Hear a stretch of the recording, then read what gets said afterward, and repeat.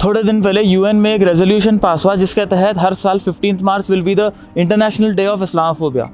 आज हम मौलाना आज़ाद उर्दू यूनिवर्सिटी में आए हैं यहाँ के स्टूडेंट से बात करने और उनसे पूछने कि उनको इस्लामोफोबिया के बारे में क्या मालूम और उनकी नज़र में कितनी सीरियस प्रॉब्लम है इस्लामोफोबिया वर्ल्ड वाइड। और उनसे ये भी पूछेंगे कि ऐसे रेजोल्यूशंस पास होने से इस पर कुछ इफेक्ट पड़ेगा क्या, जो तेज़ी से इस्लामोफोबिया की एक लहर बढ़ते चले जा रही हर साल।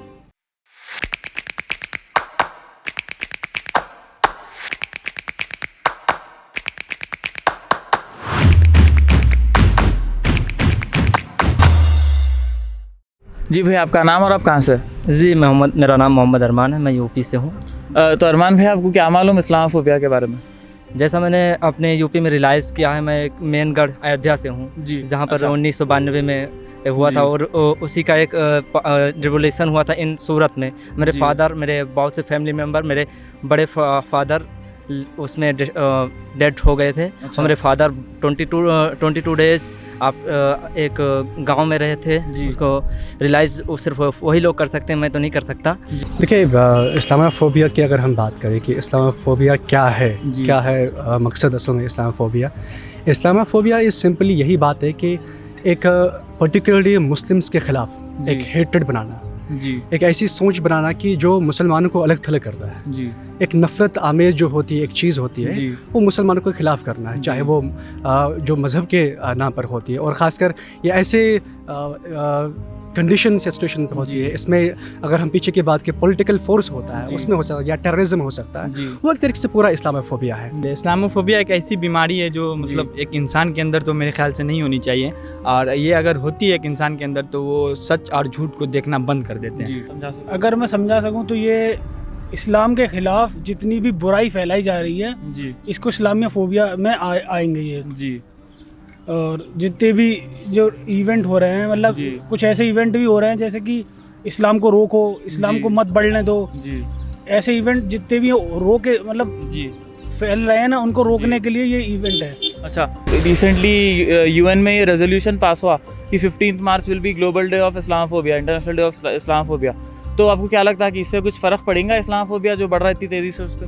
देखिए, जहाँ तक देखा जाए तो इस्लामोफोबिया का ताल्लुक ये जहाँ से फैला है वो यूरोपीय ममालिक और अमेरिकन ममालिक जो हैं वो फैलाए हैं, और यूएन में अभी भी दबदबा उन्हीं लोगों का है। तो ये रेजुलेशन पास होने से कुछ होता नहीं, जब तक उनके दिलों में ये बात हटती नहीं तब तक कोई मतलब नहीं। कोई डे निकाल लो, उससे कोई फ़र्क नहीं पड़ने वाला। तो मेनली मैंने बताया, बाकी इतना है कि बता नहीं सकते। यूपी में हर एक एरिया में इस्लामोफोबिया बहुत है, हर एक एरिया में है। तो अगला सवाल आपसे यही है कि ऐसे जो रेजोल्यूशंस पास हो रहे हैं यूएन में, जैसा भी रिसेंटली हुआ था 15 मार्च को international day of Islamophobia declare करते हुए, ऐसे रेजोल्यूशन से ग्राउंड लेवल पे कुछ फ़र्क पड़ने वाला है यूपी में? जी बिल्कुल, अगर यूएन चाहेगा तो बिल्कुल इसका फ़र्क पड़ेगा ही। बट मैं कहना चाहूँगा कि हमारे यहाँ के जो सरकार है ये लोग साथ नहीं देती, जिससे और बहुत से मुस्लिम में यूनिटी भी, मेरे हिसाब से मुस्लिम में यूनिटी भी नहीं है। बहुत से ऑर्गेनाइजेशन, इस्लामिक ऑर्गेनाइजेशन इन लोग को इस पर एक्शन भी नहीं देते।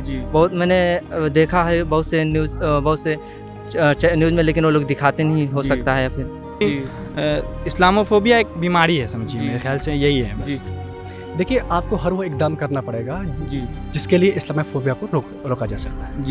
This is a initiative and this is a initiative in the international level. मेरा मानना ये है कि अगर सिक्योरिटी जनरल असेंबली में इस्लामोफोबिया एक करारदाद, एक रेजोल्यूशन जो रखा गया, हाँ, वो जो रेजोल्यूशन रखा गया वो एक तरीके से पूरे मेंबर्स जो उसमें होते हैं कंट्रीज़ के बाकी सारे मेंबर्स के रखे।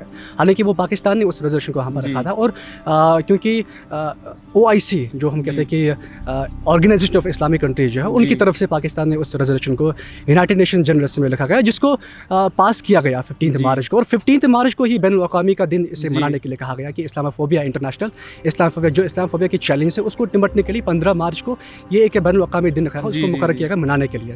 तो मेरे ख्याल में ये एक अच्छा इनिशिएटिव है। देखो, आपको हर एक उस चीज़ को लाजमी करना पड़ेगा जो ऐसे कम्युनल हार्मनी को बरकरार रखने के लिए, पीस को बरकरार रखने के लिए, या मज़हब के नाम पर ऐसे जो भी इंसिडेंट्स होते हैं उनको ख़त्म करने के लिए, पाए किरदार तक उनको ख़त्म करने के लिए ऐसे इक़दाम उठाने पड़ेंगे। तो मेरे ख्याल में एक बड़ा एक जो इंटरनेशनल लेवल पर है, इससे बड़ी क्या बात हो सकती है। और बाकी हमें भी एज अ सोसाइटी मेंबर के हिसाब से हमें भी इंडिविजुअली काम करना पड़ेगा।